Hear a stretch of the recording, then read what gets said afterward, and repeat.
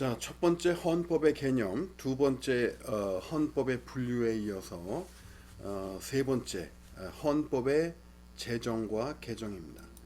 자, 우선 그 헌법의 제정, 헌법의 제정은 이제 헌법을 처음 만드는 거죠. 새 헌법을 이제 처음 이렇게 헌법을 만드는 게 헌법의 제정.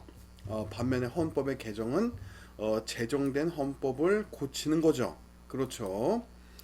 그런데 여기서 이제 누가 헌법을 만들고 누가 헌법을 고치냐, 그 주체는 동일해요, 이론상. 그래서 뭐냐면 헌법을 만드는 주체, 즉 헌법 제정 권력의 주체든 헌법을 고치는 헌법 개정 권력의 주체든 그 주체는 다 주권자로서의 국민이다, 이런 얘기예요. 알겠죠? 헌법을 만드는 것도, 그러니까 헌법 제정 권력의 주체도 주권자로서의 국민, 헌법을 고치는 헌법 개정 권력의 주체도 주권자로서의 국민이다. 국민은 헌법에서 크게 네 가지 개념으로 사용되는데, 그 중에서 주권자로서의 국민은 이론적이고 매우 포괄적인 개념이에요. 그래서 현재의 국민만이 아니고 과거의 국민, 미래의 국민까지 다 포함하는 이런 매우 포괄적인 그러한 개념입니다.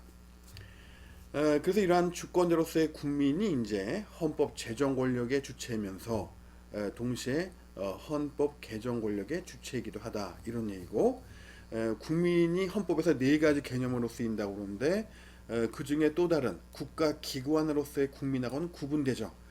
국가기관으로서의 국민은 뭐냐? 선거인단으로서의 국민 또는 투표인단으로서의 국민이에요. 각종 선거에서 유권자로 투표권 행사하는 그런 선거인단으로서의 국민, 또는 헌법 개정안이 국회에서 의결되면 국민투표하죠. 그럴 때 국민투표에 참여하는, 국민투표라는 뭡니까? 그 투표인단으로서의 국민, 이런 의미입니다, 국가기관은. 그래서 국가기관으로서의 국민은 말하자면 만 18세 이상의 결격 사유가 없는 그런 국민만을 포함하는 의미가 되겠죠. 그러니까 이게 다른 의미예요, 서로가. 그리고 여기서 이제 하나 얘기할 거는 뭐냐? 헌법 제정 권력과 헌법 개정 권력은, 여기 써놓지는 않았지만, 헌법 개정 권력은 주체가 동일하지만 그 권력의 특성이나 범위는 다르다, 이런 얘기입니다.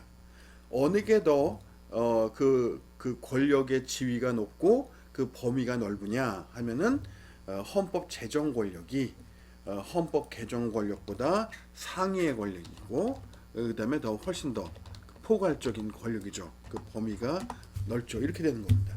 왜냐? 여러분도 상식적으로 생각을 해보세요. 자, 처음에 집을 짓는 목수하고 집을 고치는 목수하고, 집을 고치는 목수는 뭡니까? 기존의 집 틀은 그대로 유지를 해야 되는 거 아니에요. 응? 기본적인 집의 어떤 그 틀은 유지한다는 전제에서 그 부분을, 일부를 고치는 거죠. 그러니까 헌법 개정 권력이 할 수 있는 범위는 헌법 제정 권력보다 제한적이라는 거죠. 그리고 또 헌법 제정 권력이 헌법 개정 권력보다 상위의 권력이다, 이렇게 우리가 얘기할 수가 있다는 겁니다. 그리고 이러한 헌법 제정 권력의 특성은 뭐냐 하면은 시원적 자율성을 지니죠. 즉 무슨 소리냐? 처음에 헌법을 만들 때 정부 형태를 의원 내각제로 할지, 아니면 대통령 중심제로 할지, 아니면 이원 집정부제로 할지 자유롭게 헌법 제정 권력의 주체가 정한다는 겁니다. 그래서 시원적 자율성을 지니고 그런 권력이 다 그런 헌법 제정 권력으로부터 다 나오는 거죠. 이런 헌법의 모든 내용들이 이런 헌법 제정 권력으로부터 다 유래하는 겁니다. 거기서부터 유래하는 거기 때문에 헌법 제정 권력의 특성을 이제 시원적 자율성 을 특징으로 한다, 이렇게 얘기하는 거고, 또 이제 또 다른 특징으로 이제 창조성 있죠. 왜? 새로 만드는 거니까 당연히 창조성을 지닐 수밖에 없겠죠. 그다음에 이 헌법 제정 권력은 영구적이에요. 그래서 항구성을 지닌다, 이렇게 또 설명을 하고, 그다음에 여러분이 가장 와닿는 표현 중에 하나일 거예요. 법적 표현으로는 권력의 불가분성, 권력의 불가양성. 즉 헌법 제정 권력은 쪼갤 수 없고 또 누구에게 줄 수도 없다, 양도할 수도 없다, 이런 얘기입니다. 알겠죠? 그냥 헌법 제정 권력의 주체가 그냥 하나의 권력, 나눌 수 없는 하나의 그런 그 헌법 제정 권력을 영구적으로 계속 가지고 행사할 수만 있지 누구에게 줄 수도 없다는 겁니다. 이런 식으로 보통 헌법학에서 이론적으로 헌법 제정 권력의 특성을 설명하고요. 헌법 제정 권력의 한계를 인정할 것이냐 말 것이냐, 이론상으로는 뭐 헌법 제정 권력의 한계가 있다 이렇게 얘기할 수도 있겠지만, 헌법 제정 권력의 특성상 현실적으로는 그런 헌법 제정 권력의 어떤 한계를 인정하기는 어려운 면이 있지 않냐, 이렇게 이제 우리가 간단하게 정리해서 얘기할 수가 있겠고요. 그다음에 이제 헌법의 개정은 뭐냐 하면은 이렇게 정리할 수 있겠죠. 헌법의 개정 절차에 따라 헌법의 동일성이 유지되는 한도 내에서 헌법의 일부를 변경하는 행위. 그러니까 여기에는 이 헌법 개정의 정의에는 세 가지 요소가 들어가 있는 겁니다. 하나는 뭐냐? 우리 헌법에도 128조부터 130조까지 세 개의 조문에 헌법의 개정 절차를 두고 있는데, 여기서 잠깐 하나. 그 헌법 제정 권력의 주체는 주권자로서의 국민이지만 현실적으로 구체적으로 이런 헌법 제정 권력이 행사되는 거는 뭡니까? 예를 들어 그 국회의원을 통해서, 그러니까 국회의원을 국민들이 선출하고 그렇게 선출된 국회의원으로 구성된 우리나라 재헌국회처럼 재헌국회, 초대 국회에서 헌법을 만들 수도 있고, 또는 또 다른 기관을 두어서 만들 수도 있고, 실질적으로 헌법을 만드는 그 절차는 다양할 수 있습니다. 이거는 이제 이론상으로 궁극적으로 그런 헌법을 제정하는, 처음에 만드는 그런 권력의 이제 토대, 그 주체가 주권자로서의 국민이라는 거지, 이것이 실제로 행사되는 거는 구체적인 어떤 절차나 방법은 나라마다 좀 다를 수 있다는 것이고, 그 참고로 얘기하고, 그 다음에 이제 그 다시 헌법의 개정으로 와서 그 헌법의 개정 절차는 보통 성문 헌법이 있는 경우에는 그 헌법전에 규정을 두는 경우들이 많죠. 그래서 우리나라도 아까 얘기한 것처럼 128조부터 130조까지 헌법의 개정 절차에 관한 규정을 두는데, 바로 그 헌법에 규정된 헌법의 개정 절차에 따라서 헌법을 변경한다는 겁니다. 그러니까 첫 번째 요소, 헌법의 개정 절차에 따라.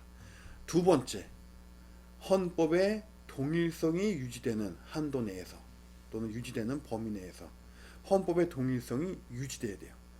동일성이 파괴되면 그거는 외형상으로는 우리가 헌법 개정이라고 하더라도 헌법 개정을 넘어서는 거죠.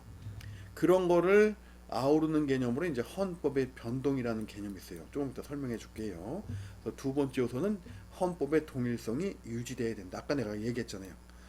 헌법의 개정은 집을 새로 짓는 게 아니라 이미 지어진 집을 수리하는 거니까 기본적인 집의 틀, 구조는 그대로 보통 유지한다는 전제가 더해지는 거죠. 그러니까 그게 바로 뭐냐?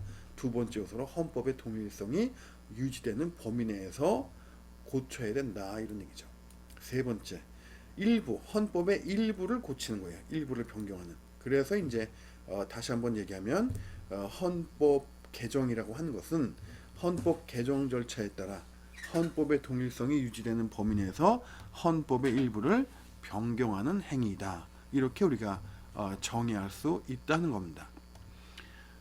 여기서 설명은 안 하겠지만, 그런데 우리나라는 관습헌법의 경우에도 헌법의 명시적인 규정을 개정하는 것과 동일한 헌법 개정 절차가 적용되어야 한다고 하니 가히 놀랄 만한 궤변이 아닐 수가 없죠. 이 관습헌법에서 헌법재판소가 말했던 법적 근거는, 이거는 언젠가는 파기되어야 되는 그러한 그 도저히 뭐 법인론으로는 받아들일 수 없는 그러한 이제 궤변을 그 동원을 했었죠. 궁금하면 한번 보고요, 여러분이 그 헌재 결정문을. 그리고 나서 이해 안 되면 질문하면 됩니다. 자, 그 다음에 헌법 개정 권력의 한계. 그렇죠. 헌법 개정 권력의 한계는 이론상으로뿐만 아니라 그 실제 현실에서도 또 실정법상으로도 한계가 일반적으로 이제 인정이 되죠. 왜?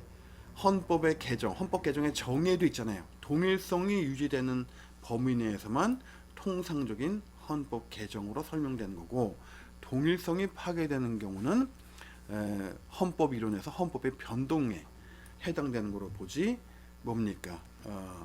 단순한 헌법 개정으로 보지 않는다 이런 얘기도 했잖아요. 그러니까 헌법 개정 권력의 한계, 뭐 기본적으로 헌법의 동일성이 유지되어야 되겠죠. 그렇죠. 자, 그다음에 이제 헌법의 변동은 뭐냐 하면은 헌법의 제정도 아니고 헌법의 개정도 아닌 그 이외의 헌법을 이제 그 변경하는. 근데 그 수준이 거의 뭐 새로 헌법을 만드는 그 수준인 경우도 있고, 또는 헌법 개정 절차의 절차를 따르지도 않고 절차에 의하지 않고도 바꾸는 경우도 있을 수 있겠고, 일부 규정이지만 뭐 이런 경우를 얘기하는 거예요. 그러다 이제 헌법의 변동이라고 하는데, 그러니까 헌법의 변동은 헌법의 개정하고도 구분되고 헌법의 제정하고도 구분되는, 그러니까 헌법의 제정과 개정 이외의 경우를 그냥 헌법에 묶어서 헌법의 변동이라고 설명을 한다는 겁니다. 5가지 경우를 우리가 들 수 있는데, 그 중에 첫 번째 헌법의 파괴. 어떤 경우에 이제 헌법의 파괴가 있었다고 얘기하냐 하면은, 기존의 헌법전을 일부 아니라 전체적으로 소멸시킬 뿐만 아니라 헌법 제정 권력까지도 근본적으로 배제하는 경우, 즉 뭐냐면 헌법 제정 권력이 교체되는 경우라고 얘기할 수가 있는 거죠. 그렇죠. 자, 이런 경우 어떤 경우겠습니까? 군주주권론에 기반해서 전제 군주국가가 확립이 되었는데, 이후에 주권자가 교체되면서 국민주권주의를 기반으로 한 근대 시민국가의 헌법, 근대 입헌주의적 의미의 헌법이 만들어지는 이런 경우를 우리가 한번 떠올려 볼 수가 있겠죠. 그래서 그러니까 헌법전만, 기존의 헌법전이 전체적으로 소멸될 뿐만 아니라 헌법 제정 권력까지 그 근본적으로 배제하는, 즉 한마디로 해서 이제 헌법의 파괴는 헌법 제정 권력이 교체되는 이러한 경우를 이제 우리가 헌법의 파괴라고 하는 것이고요. 반면에 이제 헌법의 폐제는 뭐냐면은 그 헌법 제정 권력은 그대로 유지가 되는 겁니다. 헌법 제정 권력의 동일성은 유지되지만 기존의 헌법전을 배제하는, 그러니까 완전히 헌법을 새로 만드는 거죠. 그러니까 헌법 제정 권력, 그러니까 동일한 헌법 제정 권력의 주체가, 동일한 헌법 제정 권력의 주체가 완전히 그냥 기존의 헌법전은 그냥 이제 무효화 시켜버리고 그 새롭게 헌법을 만드는 이런 경우는 이제 헌법의 폐제, 이렇게 이제 우리가 얘기할 수 있고요. 역시 이제 그런 경우에 뭡니까? 뭐 헌법 제정 권력이 한계 논의될 수 있는데, 이거는 뭐 신경 쓰지 마세요. 이거는 그냥 그 참고사항으로 적은 거니까 요 개념만 정확하게 헌법의 폐제, 그러니까 그 헌법 제정 권력의 동일성은 유지되지만 기존의 헌법전을 전체적으로 소멸시키는, 배제하는 이런 경우가 헌법의 폐제. 그다음에 헌법의 침해. 이 헌법의 침해를, 이걸 이제 설명을 잘못하면은 헷갈릴 수 있어요. 그래서 나도 옛날에 도대체 헌법의 침해가 뭔가 배우면서 좀 감이 안 왔었는데, 이제 이런 거예요. 이제 뭐냐면 독일의 그 바이마르 공화국, 그죠? 현대 복지국가적 의미의 헌법의 효시라고 하는 독일의 바이마르 헌법, 존재론적 분류 방법에 의하면은 뭐 명목적 헌법 정도 되겠죠. 규범적 헌법은 아니고 좋은 의도 잘 해보려고 그 좋은 내용들을 헌법에 담았지만 헌법 현실은 전혀 그렇지 못했던 독일의 그 바이마르 공화국 시대, 또 그 헌법 시대에 있었던 일인데, 헌법의 침해는 그때 자주 있었죠. 이거 어떤 거냐? 헌법의 침해는 이런 거예요. 뭐냐면은, 자, 헌법을 개정을 해야 되는데, 예를 들어서 이제 국회의원, 우리나라도 이제 특권 폐지하자, 맨날 이런 얘기 과거에 나왔죠. 근데 21대 국회에 들어서고 그 이후에 이제 더 이상 안 나와요. 왜냐면 헌법에 국회의원의 면책특권, 불체포특권을 규정하고 있는데, 그거를 법률로 폐지하게 되면 위헌의 문제가 생기기 때문에, 그래서 이제 그거를 이제 언론에서 명확하게 짚어주면서 더 이상 그 국회 또는 국회의원들도 이거는 헌법의 개정 사항이지 법률로 될 수 있는 게 아니구나 하는 걸 이제 널리 이제 인식이 돼가지고 지금 더 이상 이제 그런 얘기 안 하는데, 이런 거예요. 예를 들어서 이런 거죠. 좋은 예가 있네요. 자, 우리나라 국회의원은 지역구 국회의원이 있고 비례대표제로 뽑는 국회의원이 있죠. 그런데 자, 헌법에 분명히 비례대표제를 병행하도록 명시했어요. 그런데 공직선거법을 개정해서 비례대표제를 아예 그 배제시킨 거예요. 그래가지고 지역구 선거로만 국회의원을 300명을 다 채웠다. 이런 경우. 응?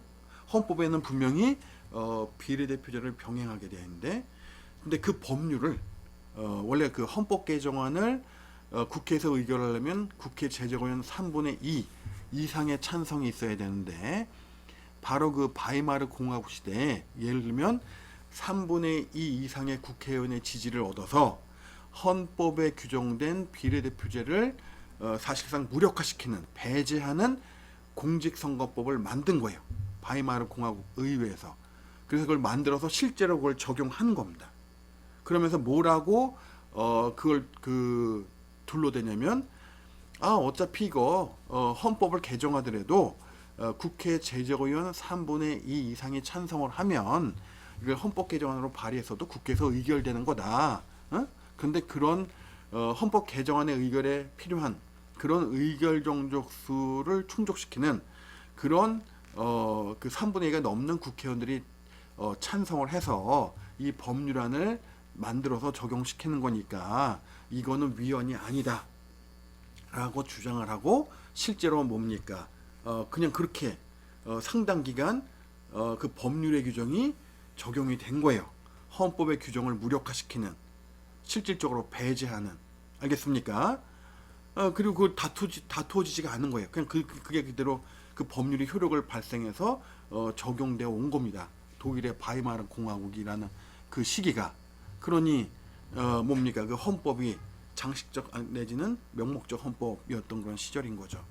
자, 그래서 이제 그런 경우가 이제 헌법의 침해라고 하는 거예요. 그러면 민주주의가 정상적으로 작동하는 그런 국가라고 한다면, 그런 법률을 만들어서 헌법의 규정을 무력화시킨다고 하면은 어떻게 하면 됩니까? 헌법재판소에 위헌법률 심판 제기해가지고 헌재가 당연히 그럼 위헌이라고 결정을 하겠죠. 그렇게 해서 그 법률을 이제 무효화시켜서 다시 무력화된 헌법 규정을 다시 이제 뭡니까?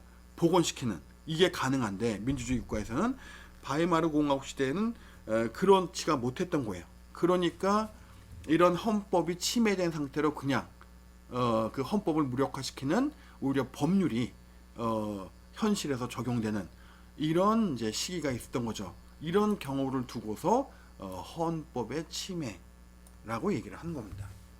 그러니까 여러분이 그러니까 이런 정상적인 민주국가에서는 이게 생각할 수가 없는 거예요, 이게. 왜냐면 그러면 당연히 이거 위헌 아닌가? 당연히 위헌인 거죠.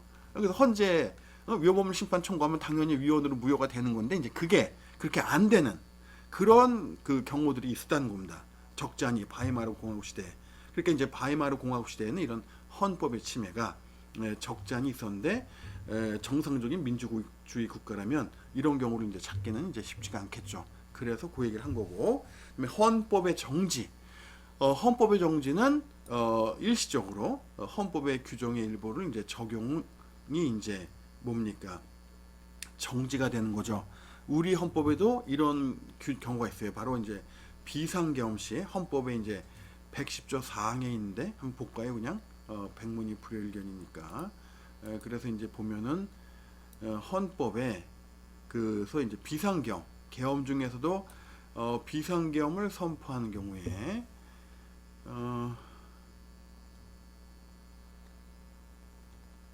아니 이게 잠깐만요. 지금 110조라고 적어놨어요? 미안합니다. 이게 110조가 아니죠. 내가 말한 77조 3항. 77조 3항. 자, 그래서 그 77조 3항에 보면 이렇게 돼 있죠. 이겁니다. 바로 비상계엄이 선포된 때에는 법률이 정하는 바에 의하여 영장제도, 언론, 출판, 집회, 결사의 자유, 정부나 법원의 권한에 관하여 특별한 조치를 할 수 있다. 그러니까 신체의 자유를 보장하는 것과 관련된 영장제도, 표현의 자유가 제한될 수 있다는 거예요. 이게 평시처럼 100% 제대로 보장이 안 되고, 그다음에 정부나 법원의 권한에 대해서도 제한을 할 수 있다는 거죠. 자, 그러니까 매우 이거 신중하게 사용돼야 되는 권한인 거죠. 이 양날의 칼과 같은 겁니다. 왜냐? 권위주의 국가에서 그런 그 독재자가 자신의 정권을 유지하기 위해서 국민의 어떤 기본권을 가장 그 심각하게 침해하냐? 대표적인 게 두 가지예요. 신체의 자유, 그 다음에 표현의 자유. 그래서 뭐냐 이거죠.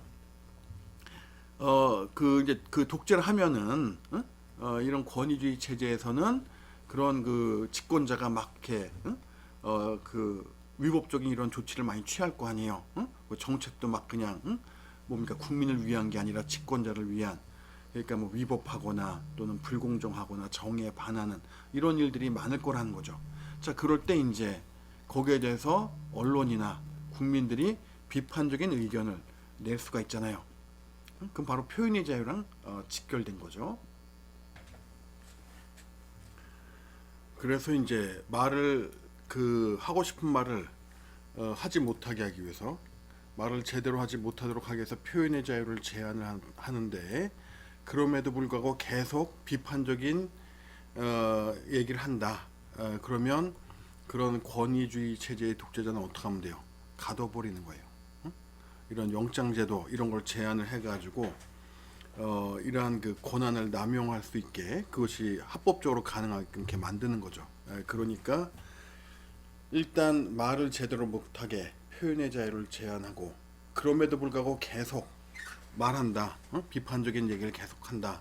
그러면은 뭡니까? 가두는 거죠. 신체의 자유를 제한하는 거예요. 그래가지고 사회로부터 격리를 시켜서 일반인들에게 전파되지 않게끔 이렇게 하는 거죠.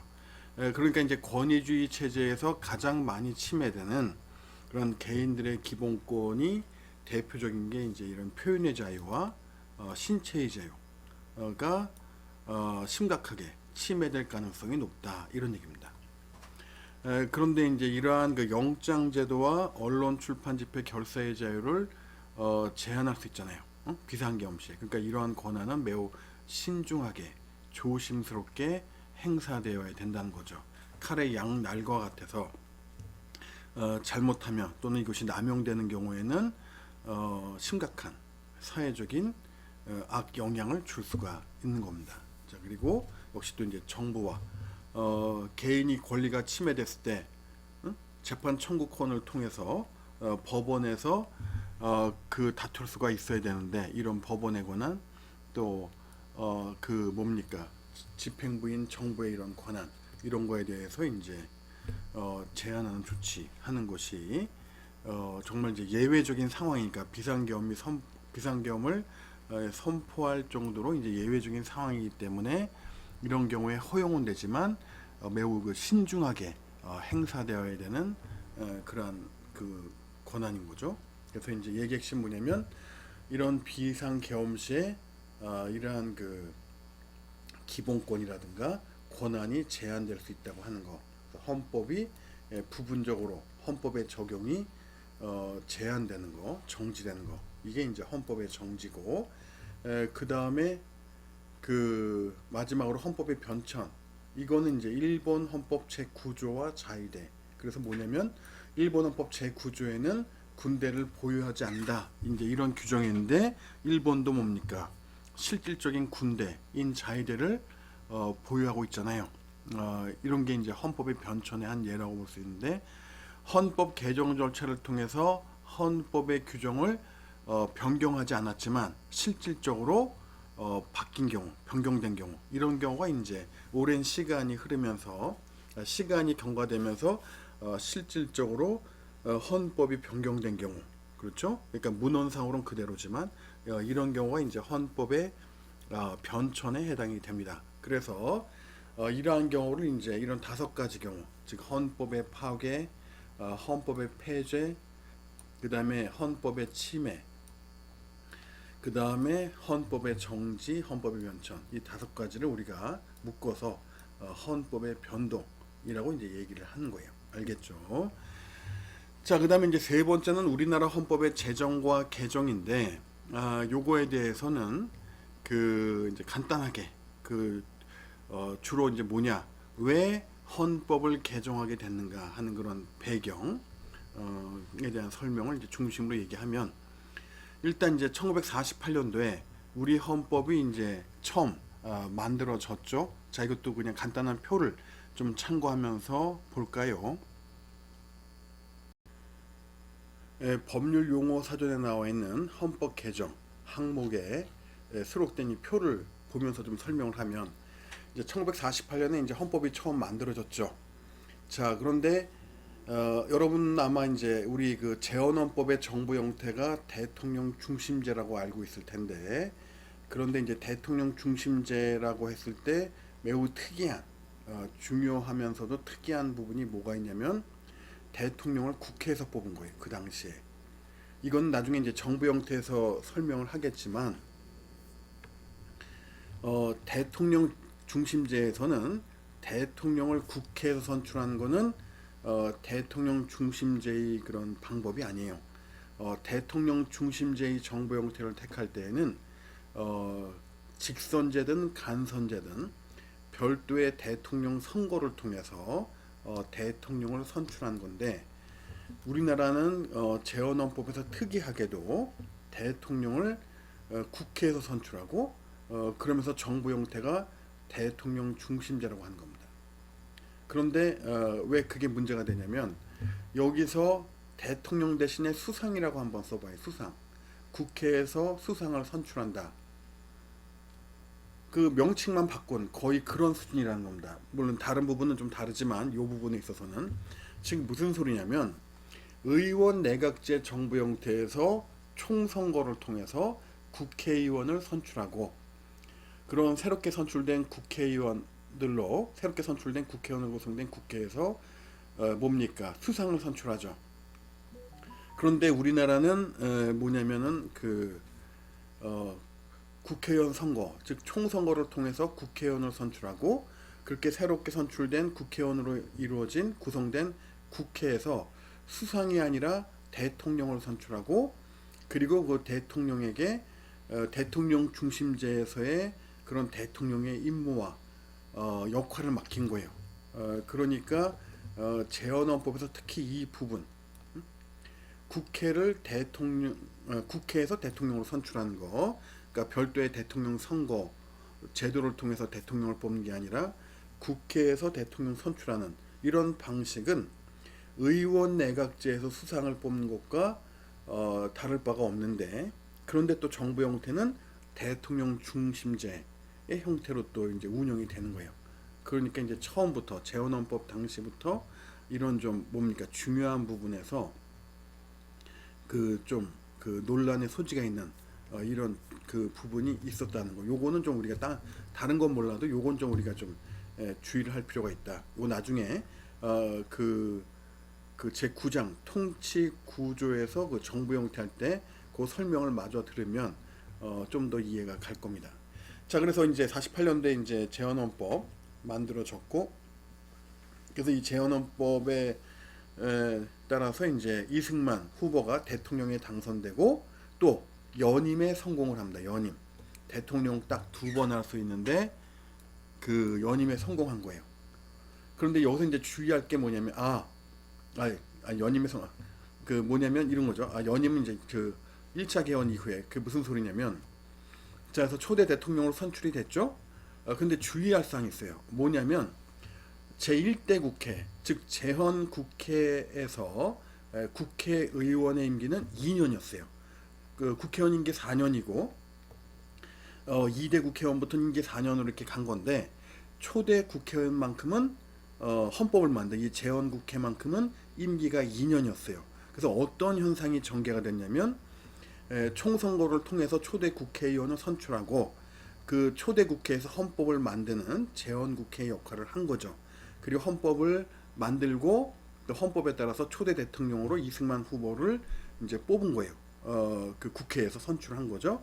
그래서 초대 대통령으로 선출돼서 이승만 대통령이 직무를 수행하는 중에, 초대 국회의원 임기가 2년이니까 그 이승만 대통령 임기가 반도 지나기 전에 제2대 국회의원 선거했다는 겁니다. 이게 좀 중요해요. 이걸 잘 알고 있어야 돼요. 제2대 국회의원 선거를 했는데 이미 2대 국회의원 선거 결과를 보니 이승만 대통령 입장에서 자신이 뭡니까 재선에 나갔을 때 그 낙선할 가능성이 높다는 거를 이제 예감을 한 거죠. 왜냐면 2대 국회의원 선거를 통해서 당선된 국회의원들의 어떤 성향을 이제 보니까 이미 왜냐면 국회에서 선출하니까 자 국회에서 선출하니까 국회의원 과반수 이상이 지지하는 후보가 당선이 되는 거 아니에요. 그리고 이제 세 번째 그러니까 첫 번째는 뭐였냐면 아까 얘기한 것처럼 대통령 중심제라고 보통 재헌헌법을 얘기하는데 대통령을 대통령 선거를 통해서 뽑지 않고 국회에서 선출했다고 하는 거 이거는 그 국회에서 수상 선출하는 방식과 동일하죠. 그런 방식을 통해서 대통령을 선출하고 그리고 정부 형태는 의원 내각제가 아니고 대통령 중심제라는 게 이제 첫 번째 우리가 주목할 부분이고 두 번째는 초대 국회의원의 경우에는 임기가 4년이 아니고 2년이었다라고 하는 것이고 그다음에 세 번째 지금 얘기할 거는 뭐냐면 1대 2대 국회의원들의 그 성향을 그러니까 그 정당 소속 그걸 보면은 지금은 이제 우리나라가 정당 정치가 아주 확고하지만 1대 2대 이런 그 초기에는 무소속으로 당선된 사람이 훨씬 많았어요. 그 당시에는. 그러니까 지금과 비슷하다고 생각하면 안 됩니다, 여러분. 그러니까 무소속으로 당선된 국회의원이 반이 훨씬 넘었어요. 그래서 초대 국회의원 1대 국회의원 선거 끝나고 이제 2대 국회의원 선거 결과도 보니까 이게 이제 그 소속 정당만 갖고는 파악이 안 되는 거고 무소속이 여전히 반이 넘었기 때문에 그런 무소속 그 국회의원과 정당 소속 다 이렇게 성향을 분석해 봤을 때 야 이거 현재의 상태로는 이게 그 재선에 나서더라도 이승만 대통령이 이제 떨어질 가능성이 매우 높다는 그런 이제 그 전망을 갖게 된 거죠. 그러니까 이승만 대통령은 연임하고 싶은데 현실적인 국회의 그 구성이 그렇게 안 되니까 그러니까 이제 헌법 개정을 이제 시도를 한 겁니다.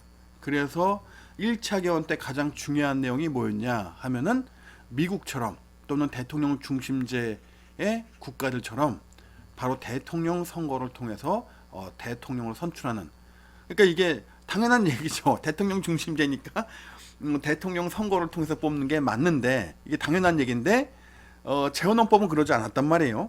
그러니까 이제 외형상으로 보면은 이제 이게 정상화되는 그러한 측면이 있는 건 분명한데 그런데 그 의도, 목적, 동기는 그렇게 순수한 건 아니었다. 그래서 초대 대통령인 이승만 대통령이 2대 국회의원의 그 성향을 분석해 봤을 때 이승만 대통령이 그 재선에 나서는 경우에 떨어질 국회에서 과반수 이상의 득표하기 어렵다라고 판단을 해서 개헌을 시도하고 그 개헌이 성공을 한 거죠. 그래서 이제는 뭡니까? 1차 개헌 때 말 그대로 이제 대통령 선거를 통해서 여기 나온 것처럼 이제 대통령과 부통령을 뽑는 그러니까 미국하고 이제 방식이 같게 된 거죠. 자, 그렇게 해가지고 이제 1차 개헌을 했고 그리고 이승만 대통령은 자신이 원하는 결과를 얻습니다. 그래서 1차 개헌하고 그 이후에 제2대 대통령 선거에 재선에 도전을 해서 뭡니까? 당선이 된 거예요. 그래가지고 이제 그 1대에 이어서 2대 연임을 하게 된 거죠. 1차 개헌 이후에 연임에 성공을 했어요. 그래가지고 대통령 직무를 수행하는데 또 더 하고 싶은 거예요. 근데 이제 이때도 헌법에는 2번까지밖에는 못 하는 건데 근데 더 하려면 3번 이상 가능해야 되잖아요. 그러니까 이제 또 헌법 개정의 필요성을 느낀 거예요. 누가? 국민? 아니고 이제 집권자가 강하게 느낀 거죠. 그런 동기가 부여되는 거 아니에요. 그래서 2차계 헌법을 다시 그 개정을 시도한 겁니다. 그래서 또 성공을 역시 했어요. 그래서 2차 개헌 때 가장 핵심적인 내용 중에 하나 이런 그 헌법 개정의 주된 목적 동기가 됐던 거 초대 대통령에 한해서 중임 제한을 철폐하는 오로지 이건 이승만 대통령을 위한 개정이 된 이거 너무나 노골적인 너무 명백한 거죠. 왜냐면 초대 대통령이 이승만 대통령밖에 더 했어요. 근데 초대 대통령에 한해서는 중임 제한 철폐하고 국민이 뽑아주면 3번이고 4번이고 5번이고 얼마든지 할 수 있다. 이거 이렇게 된 거예요. 그래가지고 이제 그게 가장 핵심적인 내용입니다. 여러분 이런 핵심을 놓치면은 이 그 개헌의 어떤 그 방향성을 여러분이 이해하기가 어렵기 때문에 조금 부끄러운 우리의 그 과거 헌정사지만 그래도 있는 그대로 얘기를 하는 겁니다. 자, 그래서 이제 2차 개헌에 성공하고 역시 이제 이승만 대통령이 3선에 도전해서 성공을 하죠. 그래서 이제 3대 대통령의 이제 그 3년임에 성공을 하고 그리고 나서 이제 4대 대통령 선거를 하는데 그게 바로 뭐냐? 바로 3.15 부정선거죠. 3.15 부정선거를 통해서 4대 대통령 선거에서 이승만 대통령이 4선에 성공하지만 결국 이제 4.19 혁명이 발발을 해서 이승만 대통령이 하야를 하죠. 1960년에. 그러면서 1960년에 이제 그 제2공화국이라고 하는데 그 전을 제1공화국이라고 하고 제2공화국이 이제 출범을 했는데 그 제2공화국이 출범하는 그 과정에서 같은 해 60년에 헌법 개정을 2번이나 하는 거예요. 결코 쉬운 일이 아니죠. 좀 부득이한 나름대로는 이제 부득이하다고 이제 해서 꼭 필요하다고 해서 이제 하긴 했는데 1년에 헌법 개정을 2번이나 한 거예요. 자, 요 얘기부터는 그 9부에서 보겠습니다.